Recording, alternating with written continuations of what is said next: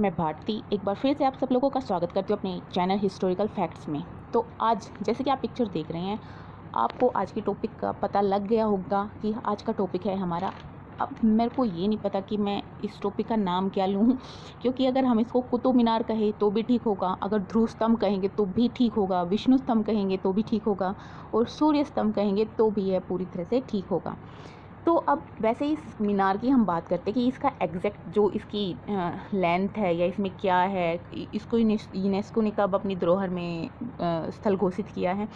तो इसकी जो हाइट है वो है 234 फीट। इसमें कुल 379 सीढ़ियाँ हैं और 1993 में यूनेस्को ने विश्व धरोहर स्थल इसको घोषित कर दिया था। अब जैसा कि आप देख पा रहे हैं, इस मीनार का जो निर्माण है वो लाल रंग की बलवा पत्थर की ईंटों से किया गया है, यानी कि पत्थरों से और ईंटों से बनी ये है पूरे वर्ल्ड की सबसे लंबी मीनार है, आप ये कह सकते हैं। ठीक है, अब आप देख रहे हैं कि इसकी जो सजावट की गई है वो लाल बलवा पत्थरों से तो की गई, लेकिन इसमें है ना कुरान की कुछ आयतें जोड़ी गई हैं। आप देख पा रहे हो ना, ये कुरान की आयतों से इसकी सजावट की गई है। ठीक है, अब इसको बनाया किसने? तो कुतुबुद्दीन ऐबक ने इसका निर्माण कार्य स्टार्ट किया था 1193 से। इसका जो कार्य था वो शुरू किया गया था, लेकिन अब इसको बनवाया क्यों जा रहा था? तो कहीं ना कहीं ये कहते हैं कि जब उस टाइम पे जब मोहम्मद गोरी ने पृथ्वीराज चौहान पर जीत हासिल कर ली थी, तो उसके विजय यानी कि उसकी विक्ट्री को याद बनाने के लिए उन्होंने इसका निर्माण कराया था। जैसे कि अफ़गानिस्तान में जो जाम मीनार है उसकी होड़ में, अब मैं एक बार जाम मीनार दिखाती हूँ आपको। ये देखिए, ये पिक्चर जो आप देख रहे हैं ये थोड़ी सी कुतुब मीनार जैसी लगती है, क्योंकि ये भी एक मीनार है। तो इसको देखकर कुतुबुद्दीन ऐबक ने कुतुब मीनार को बनाने की सोची थी।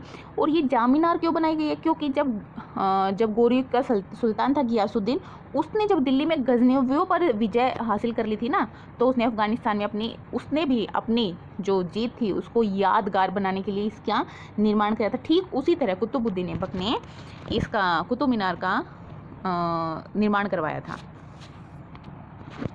अब कुतुबुद्दीन ऐबक ने 1193 में इसकी नींव रखी थी, लेकिन वो सिर्फ कुतुब मीनार का एक ही माला यानी कि ऊपर का एक स्ट्रक्चर पॉइंट ही बना पाया था। फिर उनकी डेथ हो गई थी। उसके बाद उनके जो दामाद थे इल्तुतमिश गद्दी पर बैठे और उन्होंने 1220 में कुतुब मीनार को कंप्लीट कराया। यानी कि कुछ लोग तो कहते हैं कि उन्होंने 3 माले ही बनवाए थे, लेकिन उन्होंने कुतुब मीनार को कंप्लीट करा दिया था। लेकिन जैसे जैसे टाइम बीतता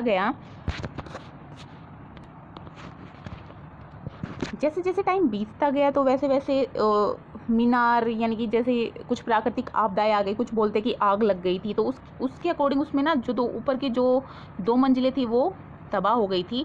तो इल्तुतमिश हैं, इनके बाद उनको मतलब कि दुरुस्त कराया था उस जो मीनार को फिरोज शाह तुगलक ने। अब बोलते कि फिर उसके बाद भी जैसे भूकंप से वो क्षतिग्रस्त हो गई थी, तो शेरशाह सूरी ने भी उसके ऊपर कुछ काम कराया था। ठीक है, अब कुछ लोग मानते हैं, एक ये बड़ी बात है कि कुतुब मीनार का नाम कुतुब मीनार क्यों रखा गया है।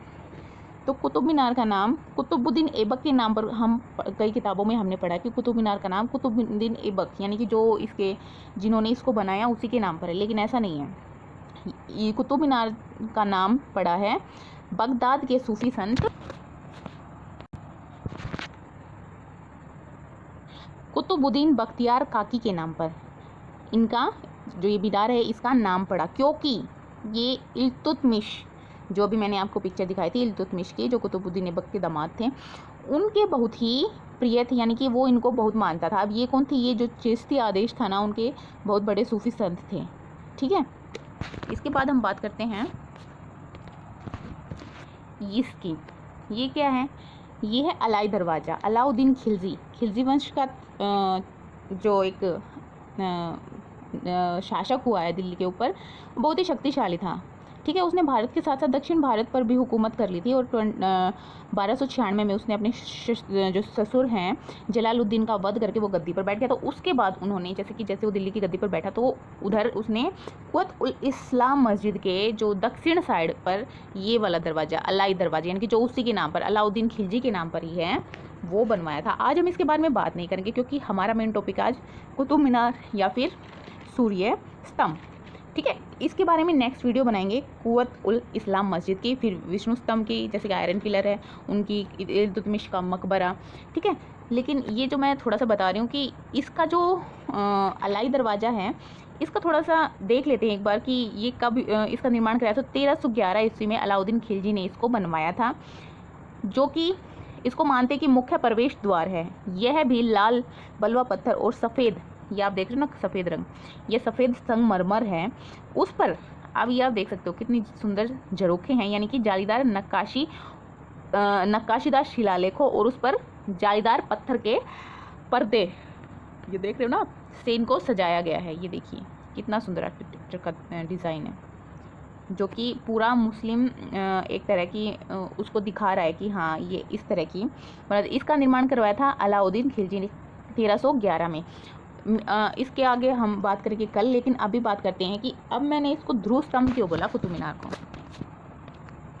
अब एक बार ध्यान से आप ये पिक्चर देखिए, इसमें आपको कोई अलग चीज़ दिख रही है? ये हैं कुतुब मीनार के अंदर की सीढ़ियाँ। तो क्या आप इस एक चीज़ देख सकते हैं कि इतना बड़ा शासक, यानी कि शासक का जो गुलाम था, लेकिन इन्होंने दिल्ली पर शासन कर लिया था, तो इतना बड़ा शासक और जो ये पिलर हैं कोई भी एक डिज़ाइन का नहीं है। क्या आप देख सकते हैं ना, ये नीचे से देखिए, कोई कैसा है, कोई कैसा है, कोई कैसा है। ठीक है, सबके अलग अलग डिज़ाइन हैं, सबके अलग अलग व्यास हैं। तो इट मीन्स ये कहीं से उठाए गए हैं, चुराए गए हैं, या तो क्या था कि इसको, अभी आपको पता होगा कि अभी कितने इसके ऊपर विवाद चल रहे हैं कि जैसे कि हमारे बहुत से भगवान, जैसे गणेश जी भगवान, शिव पार्वती, विष्णु, ब्रह्मा जी की इधर मूर्तियाँ मिली हैं। तो ऐसा माना जाता है कि कम से कम 27 जैन और हिंदू मंदिरों को तोड़कर, यानी कि जो भी उधर पिलर वगैरह थे, मूर्तियों को ध्वस्त करके, जो उधर का जो मलबा बचा था ना, उससे इसका निर्माण कराया गया है, और उस मस्जिद का भी निर्माण करवाया गया था कुतुबुद्दीन ऐबक द्वारा, कुव्वत उल इस्लाम मस्जिद का। उसके बारे में तो चलो हम कल बात करेंगे, लेकिन आज हम बात करते हैं कुतुब मीनार के बारे में। तो ये जैसे कि आप देख पा रहे हैं, ये सीढ़ियाँ बिल्कुल एक दूसरे से अलग हैं। तो जैसे कि ये विजय स्मारक था, लेकिन कहीं ना कहीं इसमें हमें हिंदू संस्कृति की छाप दिखाई देती है। जैसे कि ये पिक्चर देख लीजिए, लोटस का फूल है और उसके ऊपर ये मूर्ति का जो फेस है ये ध्वस्त कर दिया गया है पूरी तरह से। क्या पता ये दिखाने के लिए कि हाँ किसी को समझ ना आए, लेकिन ऐसा माना जा रहा है कि ये ब्रह्मा जी की, जो हम हिंदू धर्म में मानते हैं ना कि ब्रह्मा जी ने सृष्टि का भार लिया हुआ है, तो कहीं ना कहीं ये उनकी ही मूर्ति है, ऐसा माना जा रहा है, जो कि कुतुब मीनार के स्तंभ जो पिलर हैं उधर लगी हुई है। तो इट मीन्स यह बात सच है कि मंदिरों से जो मलबा मिला था उसी से इसका निर्माण कराया गया है।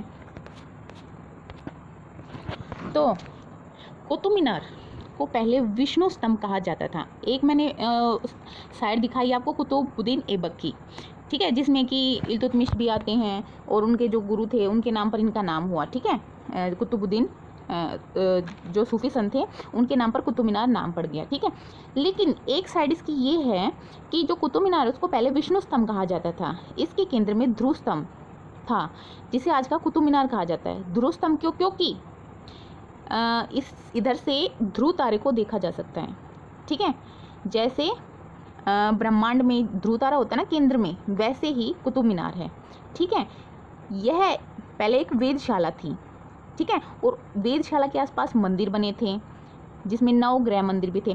तो एक डायरेक्टर जो अभी जिन्होंने ये मुद्दा उठाया था, ASI के पूर्व डायरेक्टर धर्मवीर शर्मा जी, उन्होंने क्या दावा किया कि कुतुब मीनार का निर्माण 5वीं शताब्दी में सम्राट चंद्रगुप्त विक्रमादित्य ने कराया था,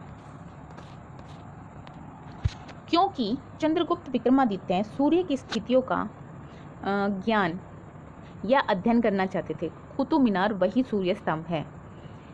ठीक है, और धर्मवीर शर्मा जी के अनुसार मीनार में 25 इंच का झुकाव भी इसीलिए है, और जो उसके जितने भी दरवाजे हैं ना कुतुब मीनार के, वो नॉर्थ फेसिंग है। ठीक है,